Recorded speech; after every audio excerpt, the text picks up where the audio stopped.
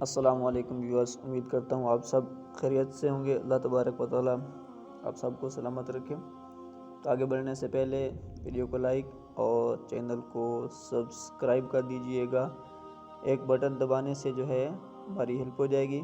تو سٹارٹ کرتے ہیں اگلا پارٹ غزوہ احد کا۔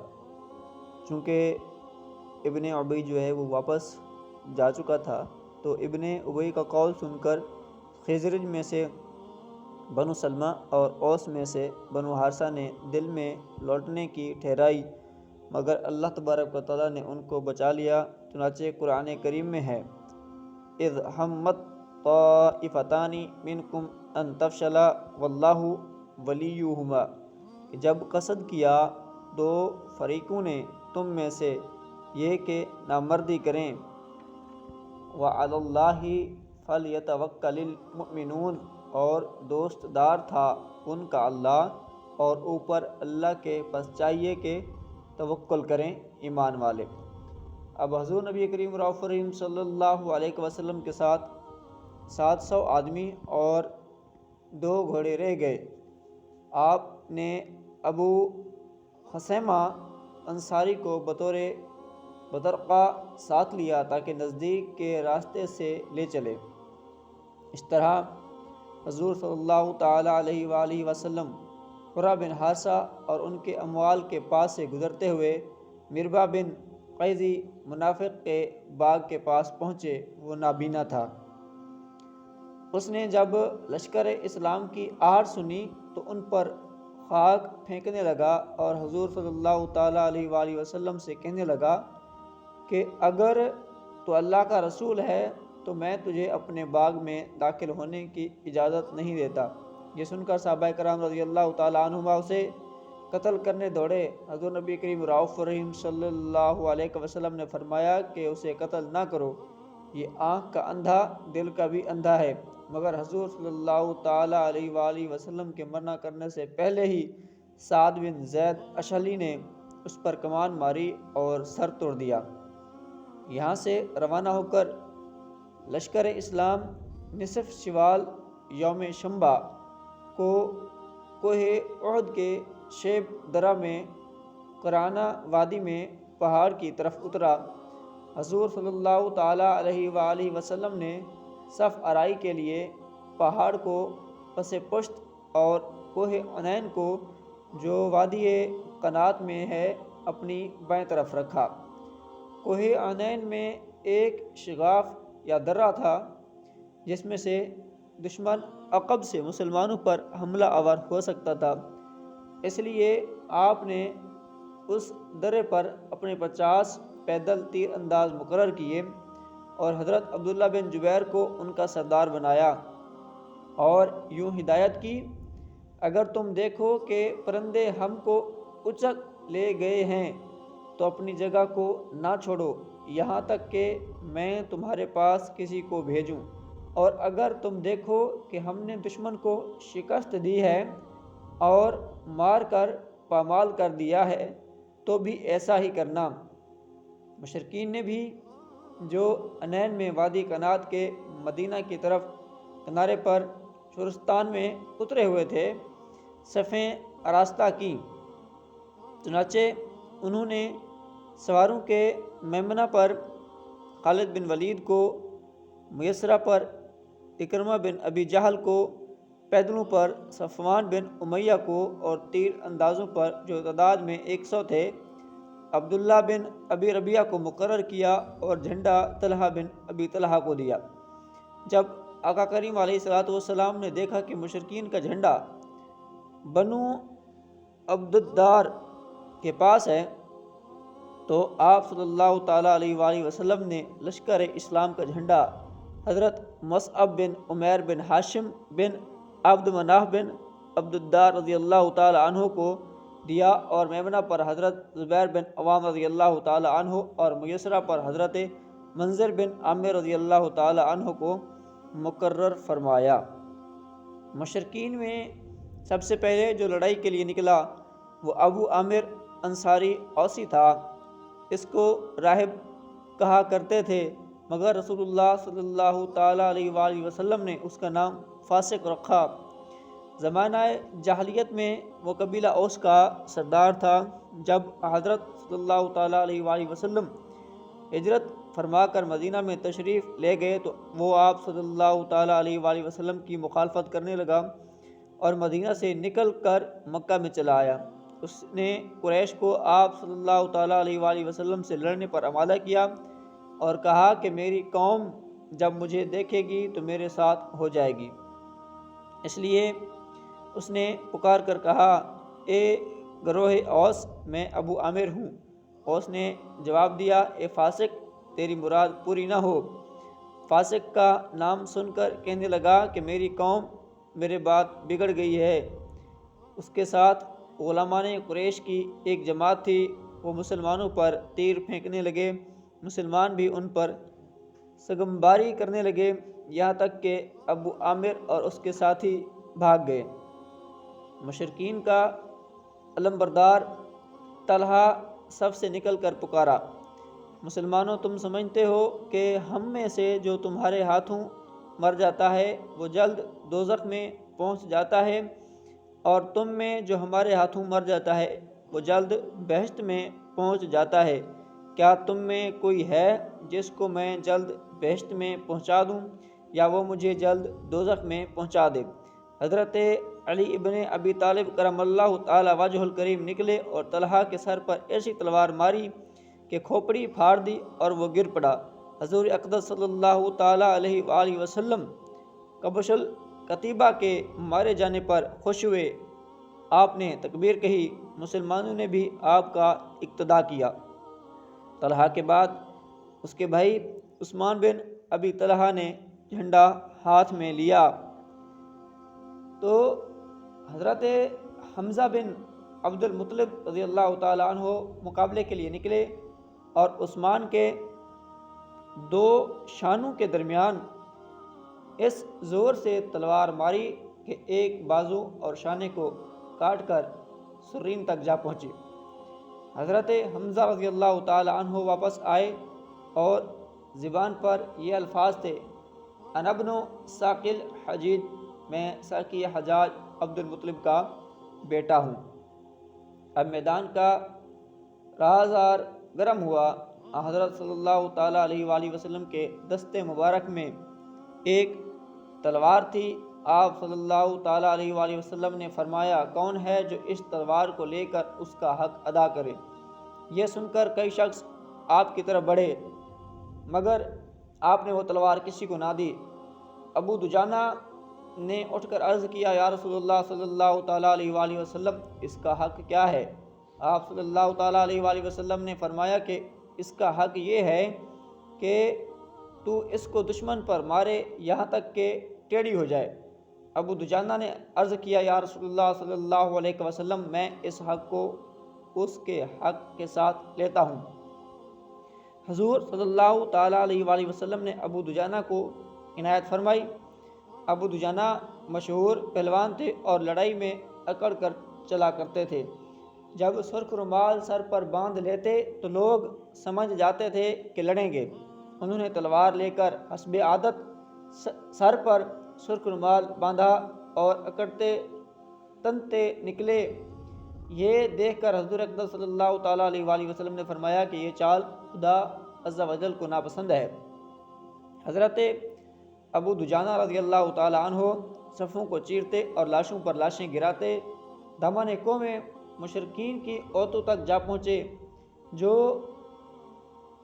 بغرض ترغیب دف پر اشعار ذیل گا رہی تھیں، تو وہ کہہ رہی تھیں کہ ہم پروین ستارے ہیں، ہم قالینوں پر چلنے والیاں ہیں، اور اگر تم آگے بڑھو گے تو ہم تم سے گلے ملیں گی، پیچھے ہٹو گے تو ہم تم سے جدا ہو جائیں گے۔ حضرت ابو دجانہ رضی اللہ تعالی عنہ نے تلوار اٹھائی کہ ہند بنت عتبہ کے سر پر ماریں، پھر بدی خیال رک گئے کہ یہ سزاوار نہیں کہ رسول اللہ صلی اللہ تعالیٰ علیہ وآلہ وسلم کی تلوار ایک عورت پر ماری جائے۔ حضرت ابو دجانہ رضی اللہ تعالی عنہ کی طرح حضرت حمزہ و حضرت علی رضی اللہ تعالی عنہ وغیرہ بھی دشمنوں میں جا گھسے اور صفوں کی صفیں صاف کر دی۔ حضرت امیر حمزہ رضی اللہ تعالی عنہ کو آخر کار ویشی نے جو بعد میں ایمان لائے، حضرت امیر حمزہ رضی اللہ تعالی عنہ کو شہید کر دیا۔ حضرت حنظلہ بن ابی عامر انصاری اوسی رضی اللہ تعالی عنہ نے مشرکین کے سپہ سالار ابو سفیان پر حملہ کیا اور قریب تھا کہ ابو سفیان کو قتل کر دیتے، مگر شداد بن الاسود نے ان کے وار کو روک لیا اور اپنی تلوار سے حضرت حنظلہ رضی اللہ تعالی عنہ کو شہید کر دیا۔ حضرت صلی اللہ تعالی علیہ وآلہ وسلم نے فرمایا کہ فرشتے حنظلہ کو غسل دے رہے ہیں، ان کی بیوی سے ان کا حال دریافت کرو۔ تو بیوی نے کہا کہ شب احد یعنی کہ احد کی رات ہی کو ان کی شادی ہوئی تھی، صبح کو اٹھے تو غسل کی حاجت تھی، غسل کے لیے آدھا سر دھویا تھا کہ دعوت جنگ کی آواز کان میں پڑی، فوراً اسی حالت میں وہ شریک جنگ ہو گئے۔ یہ سن کر حضور صلی اللہ تعالیٰ علیہ وآلہ وسلم نے فرمایا کہ اسی سبب سے اس سے فرشتے غسل دے رہے ہیں۔ اسی وجہ سے حضرت حنظلہ رضی اللہ تعالی عنہ کو غسیس الملائکہ کہتے ہیں۔ وہ حضران اسلام نے خوب دادے شجاعت دی، مشرکین کے پاؤں اکھڑ گئے۔ عثمان بن ابی طالب کے بعد ان کے علم بردار ابو سعید بن ابی طلحہ، مصعب بن طلحہ، حارث بن طلحہ، کلاب بن طلحہ، جلاس بن طلحہ، ارطاط بن شرحبیل، شریح بن قارث اور ابو یزید بن عمر بن عبد مناف یک کے بعد دیگرے قتل ہوئے۔ ان کا جھنڈا زمین پر پڑا رہ گیا، کوئی اس کے نزدیک نہ آتا تھا۔ عمرہ بنت علقمہ ہرسیہ نے اٹھا لیا، جس سے ایک حبشی غلام ثواب نام نے لے لیا۔ قریش اس کے گرد جمع ہو گئے، لڑتے لڑتے ثواب کے دونوں بازو کٹ گئے، وہ سینے کے بل زمین پر گر پڑا اور جھنڈے کو سینے اور گردن کے درمیان دبا لیا۔ اس حالت میں یہ کہتا ہوا مارا گیا کہ میں نے اپنا فرض ادا کر دیا۔ ثواب کے بعد کسی کو جھنڈا اٹھانے کی جرت نہ ہوئی، مشرکین کو شکست ہوئی۔ وہ عورتیں جو دف بجاتی تھیں وہ پہاڑ پر بھاگی جا رہی تھیں، مسلمان قتل و غارت میں مشغول تھے۔ یہ دیکھ کر انین پر تیر اندازوں نے آپس میں کہا، غنیمت غنیمت، تمہارے اصحاب غالب آ گئے ہیں، اب تم کیا دیکھتے ہو؟ حضرت عبداللہ بن جبیر رضی اللہ تعالی عنہ نے انہیں رسول اللہ صلی اللہ تعالی علیہ وآلہ وسلم کا ارشاد یاد دلایا، مگر وہ بدی خیال کے مشرکین اب واپس نہیں آ سکتے، یعنی کہ ان کا خیال تھا کہ مشرکین اب واپس نہیں آئیں گے، اپنی جگہ چھوڑ کر لوٹنے میں مشغول ہو گئے اور صرف چند آدمی حضرت عبداللہ رضی اللہ تعالی عنہ کے ساتھ رہ گئے۔ خالد بن ولید اور اکرمہ بن ابی جہل نے اس موقع کو غنیمت سمجھ کر حضرت عبداللہ رضی اللہ تعالی عنہ اور ان کے ساتھیوں پر حملہ کیا اور سب کو شہید کر دیا۔ پھر درہ کوہ میں سے آ کر عقب سے لشکر اسلام پر ٹوٹ پڑے اور ان کی صفوں کو درہم برہم کر دیا۔ ابلیس لعین نے پکار کر کہا، ان محمد قد قتل، کہ محمد قتل ہو چکے۔ مسلمان سراسیمہ بھاگنے لگے اور ان کے 3 فرقے ہو گئے، گروہ ہو گئے۔ تو فرقہ قلیل بھاگ کر مدینہ کے قریب پہنچ گئے اور اختتام جنگ تک واپس نہیں آئے، تو ان کے بارے میں آیات نازل ہوئی، ان الذین تولوا منکم یوم التقى الجمعان انما استزلهم الشیطان ببعض ما کسبوا ولقد عفا اللہ عنہم ان اللہ غفور حلیم، کہ بے شک وہ جو تم میں سے پھر گئے جس دن دونوں فوجیں ملی تھیں، انہیں شیطان ہی نے لغزش دی ان کے بعض اعمال کے باعث، اور بے شک اللہ نے انہیں معاف کر دیا، بے شک اللہ بخشنے والا حلیم حلم والا ہے۔ تو دوسرا فرقہ یعنی اکثر صحابہ کرام رضی اللہ تعالیٰ عنہ یہ سن کر کہ رسول اللہ صلی اللہ تعالیٰ علیہ وآلہ وسلم قتل ہو گئے تو وہ حیران ہو گئے۔ ان میں سے جہاں کوئی تھا وہیں رہ گیا اور اپنی جان بچاتا رہا یا جنگ کرتا رہا۔ تیسرا فرقہ جو 12 یا کچھ اوپر صحابہ رضی اللہ تعالیٰ عنہ تھے رسول اللہ صلی اللہ تعالیٰ علیہ وآلہ وسلم کے ساتھ ثابت رہا۔ فتح کے بعد مسلمانوں کو جو شکست ہوئی اس کی وجہ حضرت صلی اللہ تعالیٰ علیہ وآلہ وسلم کے ارشاد کی خلاف ورزی تھی۔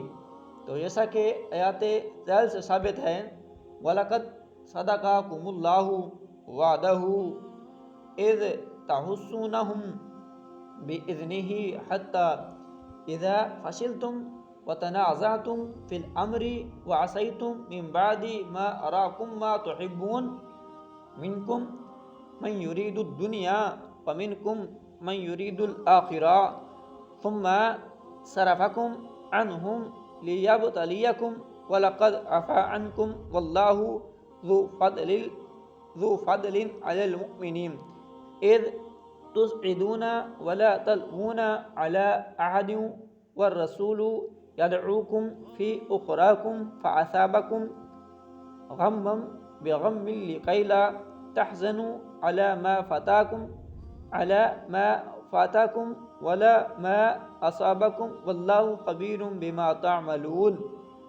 اور بے شک اللہ نے تمہیں سچ کر دکھایا اپنا وعدہ جب کہ تم اس کے حکم سے کافروں کو قتل کرتے تھے، یہاں تک کہ جب تم نے بزدلی کی اور حکم میں جھگڑا ڈالا اور نافرمانی کی، بات اس کے کہ اللہ تمہیں دکھا چکا تمہاری خوشی کی بات، تم میں کوئی دنیا چاہتا تھا اور تم میں کوئی آخرت چاہتا تھا، پھر تمہارا منہ ان سے پھیر دیا کہ تمہیں آزمائے، اور بے شک اس نے تمہیں معاف کر دیا، اور اللہ مسلمانوں پر فضل کرتا ہے جب تم منہ اٹھائے چلے جاتے تھے اور پیٹھ پھیر کر کسی کو نہ دیکھتے، اور دوسری جماعت میں ہمارے رسول تمہیں پکار رہے تھے تو تمہیں غم کا بدلہ غم دیا اور معافی اس لیے سنائی کہ جو ہاتھ سے گیا، اور جو افتاد پڑی اس کا رنج نہ کرو، اور اللہ کو تمہارے کاموں کی خبر ہے۔ خالد بن ولید کے حملے پر مسلمانوں میں جو لوٹنے میں مشغول تھے ایسی ابتری و سراسمیگی پھیلی کہ اپنے بیگانے میں تمیز نہ رہی، چنانچہ حضرت حذیفہ کے والد حضرت یمان رضی اللہ تعالی عنہ کو مسلمانوں ہی نے شہید کر دیا۔ تو ویورز نیکسٹ پارٹ میں ہم ملیں گے، آج کا پارٹ ادھر تک ہی ختم کرتے ہیں۔ تو شکست کی وجہ آپ لوگوں نے جان لی کہ جو آقا کریم علیہ الصلوۃ والسلام کے ارشاد کی خلاف ورزی کرتے ہیں مختصر وہ ناکام ہو جاتے ہیں۔ تو اگر ویڈیو اچھی لگی ہو تو پلیز لائک، اور اس طرح کی مزید معلومات حاصل کرنے کے لیے چینل کو سبسکرائب کر دیجیے گا۔ نیکسٹ پارٹ میں ملتے ہیں، تب تک کے لیے اللہ حافظ۔